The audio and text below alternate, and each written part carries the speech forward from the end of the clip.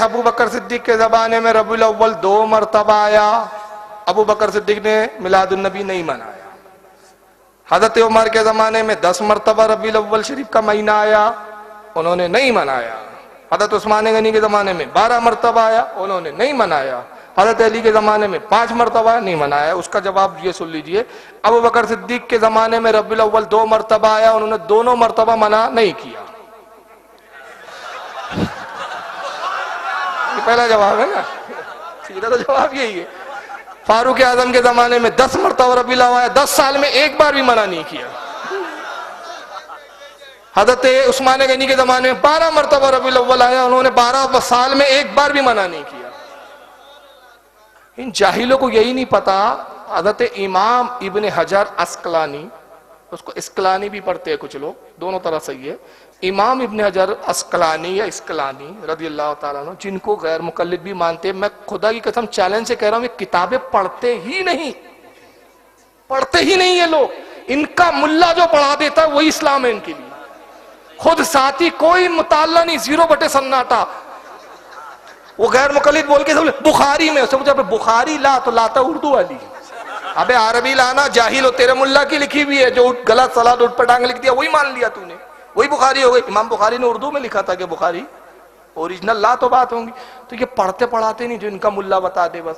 تو اب امام ابن حجر عسقلانی فتح الباری شرح البخاری میں بدعت کی تعریف کرتے ہوئے کہتے ہیں کہ بدعت وہ کام ہے جس کی اصل نہ پائی جائے اور جس سے سنت مٹی ہو۔ یہی تعریف ابن تیمیہ نے مجموع الفتاوی میں کیا، اور اس کے بعد فرماتے کہ صحابہ کا اور رسول اللہ کا کوئی کام نہ کرنا، یہ تعریف سنیے خاص، رسول اللہ کا اور صحابہ کا کوئی کام نہ کرنا ناجائز کی دلیل نہیں ہے، منع کرنا ناجائز کی دلیل ہوگا۔ یعنی حضور نے اگر نہیں کیا تو دلیل نہیں ہے کہ نہیں کیا تو مطلب وہ ناجائز ہو گیا۔ لیکن بہرحال ابو بکر صدیق نے بھی میلاد منایا، حضرت عمر نے بھی میلاد منایا، عثمان غنی نے بھی منایا، حضرت مولا کائنات علی مرتضی نے بھی منایا، بلکہ خود رسول اللہ نے منایا۔ صحیح مسلم کی حدیث ہے کہ آقا ہر پیر کو روزہ رکھتے ہیں، ہر پیر کو۔ پوچھا کہ یا رسول اللہ آپ پیر کے دن روزہ رکھتے، کبھی کسی ہفتے کے پیر کو نہیں چھوڑتے؟ فرمایا اسی تاریخ اسی پیر کو میں پیدا ہوا، اسی پیر پہ مجھ پہ پہلی وحی آئی۔ تو نبی نے اپنی میلاد، اپنی پیدائش کے دن کو یاد رکھا کہ نہیں رکھا؟ تو انہوں نے سال بھر رکھا، تو ہم کیا خاص ایک دن بھی یاد نہ رکھیں؟ اب آئیے کتاب میں دکھا رہا ہوں، اس کتاب کا نام ہے نعمت القبریٰ، دکھ رہی ہے آپ کو؟ لکھیے امام ابن حجر المکی الحیتمی الشافعی نے، یہ اس دور کے امام ہے جب نہ بریلی پیدا ہوا تھا نہ جب دیوبندی پیدا ہوا تھا۔ امام ابن حجر المکی کو دیوبندی بھی مانتے، غیر مقلد بھی مانتے۔ نعمت القبریٰ انہوں نے اپنی سند سے ایک روایت لکھی، ہمیں اس سے غرض نہیں کہ سند کی اصل کیا ہے، ضعیف ہے، یہ ہم تو صرف یہ بتا رہے ہیں کہ پہلے کے بھی امام مناتے تھے، یہ بریلیوں کی ایجاد نہیں ہے۔ نعمت القبریٰ کا صفحہ نمبر 6 ہے۔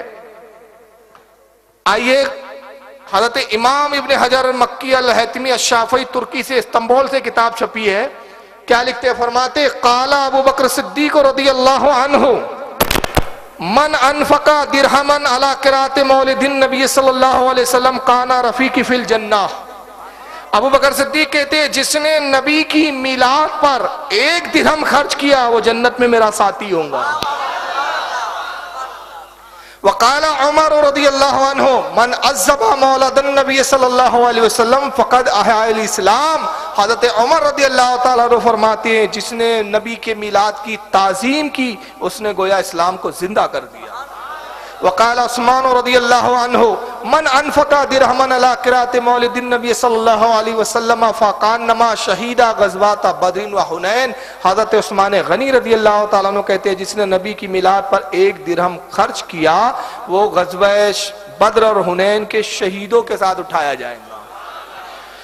وقال علی رضی اللہ تعالیٰ عنہ وکرم اللہ وجہہ من عظم مولد النبی صلی اللہ علیہ وسلم وکانا سیاہ لقراءتہ لا یخرج من الدنیا الا بالایمان ویدخل الجنت بغیر حساب۔ حضرت مولا کائنات علی مرتضی فرماتے جس نے نبی کی میلاد پر دل کھول کر خرچ کیا، کنجوسی نہیں کی، دل کھول کر خرچ کیا، وہ دنیا سے ہرگز نہ جائے گا مگر اس حال میں کہ اس کا خاتمہ ایمان پر ہوگا اور جنت میں بغیر حساب و کتاب کے داخل کر دیا جائے گا۔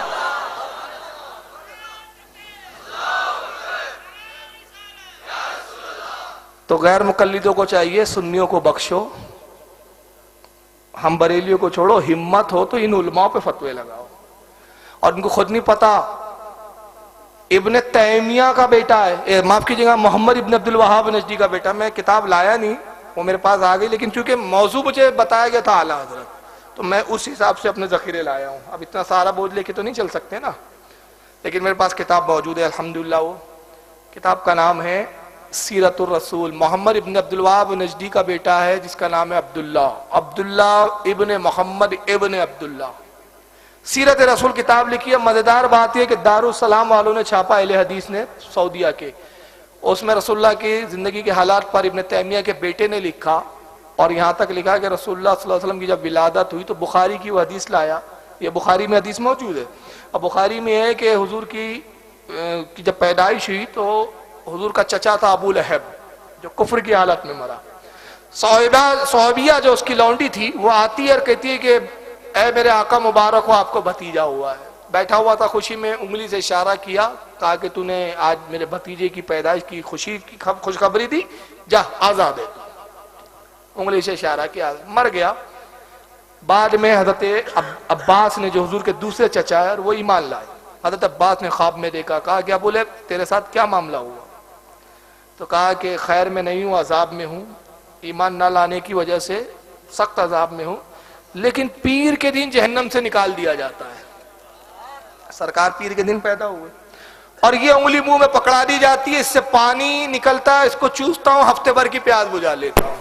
اور یہ اس لیے میرے ساتھ کیا گیا کہ کہا گیا کہ تو نے محمد صلی اللہ علیہ وسلم کی پیدائش پر لونڈی کو آزاد کیا تھا، یہ اس کا صلہ. اب خود کیا لکھ رہا ہے عبداللہ ابن محمد ابن عبد الوہاب نجدی، وہ کہتا ہے کہ اس مومن کا کیا کہنا جو موحد ہے، توحید کا ماننے والا ہے. ارے جب ابو لہب جیسے کو کافر کو نبی کی میلاد پر انعام دیا گیا تو مومن موحد کو کتنے انعام و اکرام دیے جائیں گے. تو اس کو اپنے گھر کی تو خبر نہیں ہے، پہلے اپنے گھر کی لکھے. حالانکہ یہ امام عبد الرحمن ابن جوزی کا قول ہے، یہ اس نے بھی نقل کیا ہے. تو بہرحال میلاد منانا جائز ہے، اور جو لوگ ناجائز کہتے ہیں ان سے صرف ایک گزارش ہے، ہمت ہو تو ایک حدیث لا دو کہ نبی نے کہا خبردار میری میلاد کا تذکرہ بھی مت کرنا، ورنہ مسلمان نہیں رہوں گے. بلکہ ہمیں تو روایتوں میں یہ ملتا ہے، کتاب الشفا میں امام قاضی عیاض لکھتے ہیں، اور امام قاضی عیاض ہوئے جن کے بارے میں ابن تیمیہ کہتا ہے کہ اپنے وقت کے وہ عالم تھے، وہ امام تھے جن کی پیروی اور اتباع ہم پر ضروری ہے. ابن تیمیہ ان کا گھر کا آدمی لکھتا ہے اور کہتا ہے کہ کتاب الشفا ان کی وہ کتاب ہے جو بارگاہ رسول میں مقبول ہے. تو کتاب الشفا میں لکھتے ہیں کہ حضرت عبد الرحمن ابن عوف، یہ رسول اللہ کے صحابین کی والدہ کا نام تھا شفا. کیا نام تھا؟ شفا. یہ وہ تھی کہ رسول اللہ کی جب پیدائش ہوئی تو حضرت آمنہ کے پاس تھی، دائی کے فرائض انجام دے رہی تھی. بعد میں ایمان لائی. تو عبد الرحمن کہتے ہیں کہ میرے ساتھی، میرے دوست اکثر میرے گھر آتے اور کہتے عبد الرحمن تمہاری والدہ ہے؟ تو میں کہتا ہاں امی گھر پر ہے. تو کہتے کہ ہم تمہاری امی سے رسول اللہ کی ولادت کے تذکرے سننے آئے ہیں. تو عبد الرحمن جاتے، کہتے امی جان میرے کچھ دوست آئے اور وہ جاننا چاہتے کہ حضور کی میلاد کے وقت کیا معاملات تھے. تو عبد الرحمن کہتے کہ میں فرش بچھا دیتا، یعنی سترنجی وغیرہ، اس پر میرے دوست احباب بیٹھ جاتے اور پھر ایک تخت لاتے، اس تخت پر میری والدہ شفا بیٹھتی اور وہ رسول اللہ کی میلاد کا ذکر کرتی. حضور پیدا ہوئے تو یہ تھا، وہ ہوا، میں نے یہ دیکھا، میں نے وہ دیکھا، میں نے یہ دیکھا. تو اسی کو تو میلاد کہتے ہیں کہ نبی کی پیدائش کا تذکرہ کرنا، اس پر خوشی کا اظہار کرنا. اب یہ عجیب قوم ہے، بیٹا پیدا ہوتا ہے تو خوشی مناتے ہیں، اور رسول پیدا ہوا تو چہرے مرجھا جاتے ہیں ان کے.